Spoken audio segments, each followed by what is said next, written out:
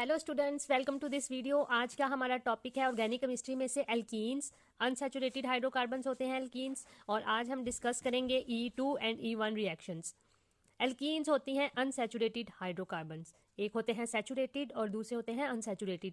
Unsaturated mean double और triple bond present होता है इनमें, डबल होगा या फिर ट्रिपल बॉन्ड होगा। यहाँ पर एल्केन एक ड्रॉ की हुई है, ये 2 कार्बन वाली एल्केन है तो इसका नाम हो जाएगा इथेन। और ये हमें कैसे पता चला कि ये सैचुरेटेड है, कि इसमें सिंगल बॉन्ड प्रेजेंट है। अगर डबल बॉन्ड हो तो वो अनसैचुरेटेड होता है। हमने एल्केन से एल्कीन्स बनानी है तो इसके लिए हम क्या करेंगे, इसको हमने लिया है 2 कार्बन वाली एल्केन ली है, इसका नाम इथेन है और इसके साथ एक क्लोरीन अटैच है। क्लोरीन क्या है? हैलोजिन। तो ये हो गई हेलो एल्केन्स। ये हेलो एल्केन्स हैं और क्लोरीन जिस कार्बन के साथ अटैच है उसको हम अल्फा कार्बन कहेंगे, और जो दूसरा कार्बन है वो बीटा कार्बन। बीटा कार्बन के साथ जितने भी हाइड्रोजन अटैच होंगे वो बीटा हाइड्रोजन्स होंगे, और अल्फा कार्बन के साथ जो होगा उसको कहेंगे अल्फा हाइड्रोजन।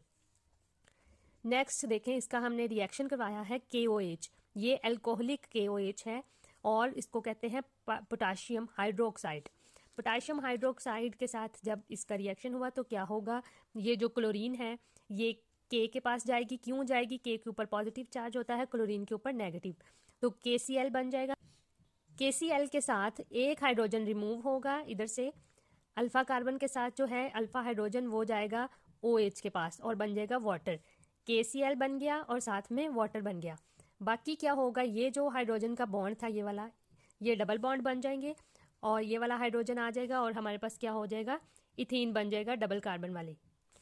इसको कहते हैं डीहाइड्रो हैलोजिनेशन ऑफ एल्केन्स, यानी एल्केन्स में से डी कहते हैं रिमूवल को, हाइड्रो मीन हाइड्रोजन की रिमूवल, और हैलोजिन ये क्लोरीन हैलोजिन है। D hydro halogenation of alkene. Next ये हमने अल्कोहल ली है। अल्कोहल कैसे है? OH इसके साथ अल्कोहलिक ग्रुप अटैच है तो ये अल्कोहल है। और ये कौन सी अल्कोहल है? ये 2 कार्बन वाला यानी इथेन। तो इथाइल इसको कहेंगे, एक हाइड्रोजन रिमूव हो जाए तो इथेन से इथाइल बन जाता है। इथाइल और साथ में अल्कोहल, इसका नाम होगा इथाइल अल्कोहल। इथाइल अल्कोहल की जब डिहाइड्रेशन हुई तो क्या बना, जब हाइड्रोजन रिमूव हुआ और OH ग्रुप रिमूव हुआ तो ये दोनों मिलकर बना देंगे वाटर, और बाकी ये जो बॉन्ड है ये आकर डबल बॉन्ड बन जाएंगे। एक इलेक्ट्रॉन इधर से आया, एक इधर से, और जब 2 इलेक्ट्रॉन्स आपस में अटैच हो जाएंगे तो डबल बॉन्ड बन जाएगा और बाकी ये हाइड्रोजन वैसे रहेंगे। तो हमारे पास बन गई एल्कीन्स। ये 2 तरीके हैं एल्कीन्स की प्रिपरेशन के। और नेक्स्ट पे है E2 और E1 रिएक्शंस। E2 क्या होते हैं? ऐसे रिएक्शंस जिसमें 2 मॉलिक्यूल्स इन्वॉल्व होते हैं उसको E2 रिएक्शंस कहते हैं। These are bimolecular elimination reactions. तो बाई मॉलिक्यूलर हम किस वजह से कहते हैं? इसलिए क्योंकि जो रिएक्टेंट्स में जो मॉलिक्यूल्स हैं वो 2 हैं। एक तो ये देखें एग्जाम्पल में, एक है ये इथेन है और साथ में क्या लगी हुई है, क्लोराइड, इथेन क्लोराइड है जिसको हम कह देते हैं इथाइल क्लोराइड, और साथ में KOH। ये 1 मॉलिक्यूल, ये 2 मॉलिक्यूल्स, 2 मॉलिक्यूल्स इसको इस वजह से कहते हैं, ये 2 मॉलिक्यूल्स हमें नजर आ रहे हैं, ये रिएक्ट होंगे फिर वो चीज़ें आगे बनेंगी। 2 molecules are involved in E2 reactions. E2 इसीलिए कहते हैं क्योंकि इसमें 2 मॉलिक्यूल्स होते हैं। The rate of E2 reactions, उसका रेट क्या होता है? वो डायरेक्टली प्रोपोर्शनल होता है, रेट कहते हैं स्पीड को, सबस्ट्रेट के और अटैकिंग न्यूक्लियोफाइल के। सबस्ट्रेट क्या होता है? सबस्ट्रेट उस चीज़ को कहते हैं जिसमें इलेक्ट्रोफाइल होता है, उसे सबस्ट्रेट कहते हैं, इलेक्ट्रोफाइल। और अटैकिंग न्यूक्लियोफाइल यानी जो न्यूक्लियोफाइल होता है वो अटैक करता है। अटैकिंग न्यूक्लियोफाइल यानी न्यूक्लियोफाइल ने अटैक करना होता है। न्यूक्लियोफाइल यानी न्यूक्लियस लविंग, तो न्यूक्लियस पे पॉजिटिव चार्ज होता है। न्यूक्लियस लविंग कौन सी स्पीशी हो सकती है? नेगेटिव। तो न्यूक्लियोफाइल नेगेटिव होते हैं और इलेक्ट्रोफाइल पॉजिटिव होते हैं। सबस्ट्रेट जिसके पास इलेक्ट्रोफाइल होगा, अब यहाँ देखें, यहाँ पर पार्शियल क्लोरीन पर नेगेटिव चार्ज है और कार्बन पर पार्शियल पॉजिटिव चार्ज है, और जिसके पास पॉजिटिव होगा चार्ज उसको हम इलेक्ट्रोफाइल कहेंगे, और ये एक सबस्ट्रेट होगा, सबस्ट्रेट जिसके पास इलेक्ट्रोफाइल होगा। और अटैकिंग न्यूक्लियोफाइल यहाँ कौन सा है? Negative charge.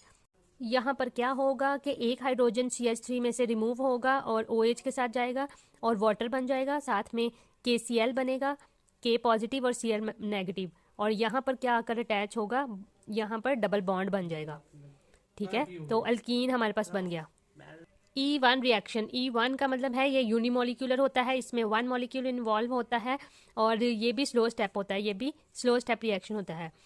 These are unimolecular elimination reaction. 1 molecule is involved in E1 reactions. Okay, इसके बाद नेक्स्ट एग्जांपल में देखें.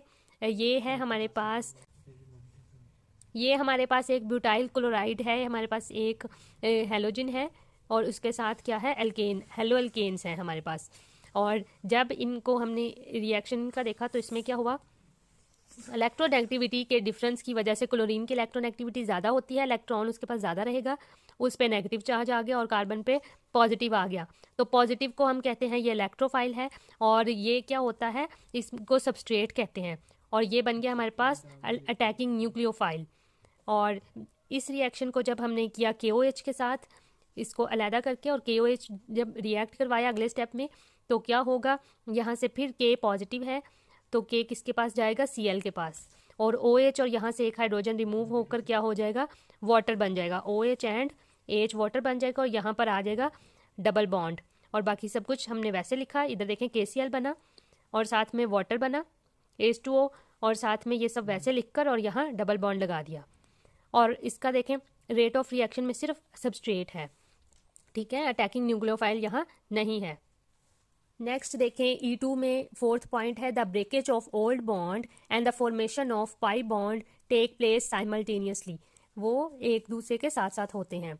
Usually primary alkyl halides gives E2 reactions. जो प्राइमरी अल्काइल हैलाइड्स होते हैं, प्राइमरी अल्काइल हैलाइड्स कौन से होते हैं, जिनमें प्राइमरी कार्बन प्रेजेंट होता है. प्राइमरी कार्बन ऐसा कार्बन होता है जो फर्दर एक कार्बन के साथ और 2 हाइड्रोजन्स के साथ अटैच होता है. ओके, अब नेक्स्ट देखें, ये जो E1 रिएक्शंस हैं इनका पॉइंट है fourth, the breakage of old bond and the formation of pi bond do not take place simultaneously. Generally tertiary alkyl halides give E1 reaction. इसमें tertiary alkyl halides E1 reaction देते हैं. ऐसे alkyl halides जिनमें जो carbon atom है जिसके साथ halogen attach है वो फर्दर 3 कार्बन के साथ अटैच होगा और नो हाइड्रोजन होगा उसमें, उसको हम कहेंगे E1 रिएक्शंस. नेक्स्ट आपने ये नोट लिखना है, ये दोनों के लिए है कि सेकेंडरी अल्काइल हैलाइड्स में give E2 and E1 reactions. इधर देखिए हमने क्या कहा था, प्राइमरी जो होते हैं वो E2 देते हैं, टर्शरी होते हैं वो E1 देते हैं, लेकिन जो प्राइमरी के बाद जो सेकेंडरी आते हैं वो दोनों देते हैं, E2 रिएक्शंस और E1 reactions, depending upon the nature of the solvent in which the reaction is carried out. It also depends upon the temperature and suitable concentrations. Concentrations mean quantities. And the molecular attractions between the substrate and attacking nucleophile. Okay, thank you students.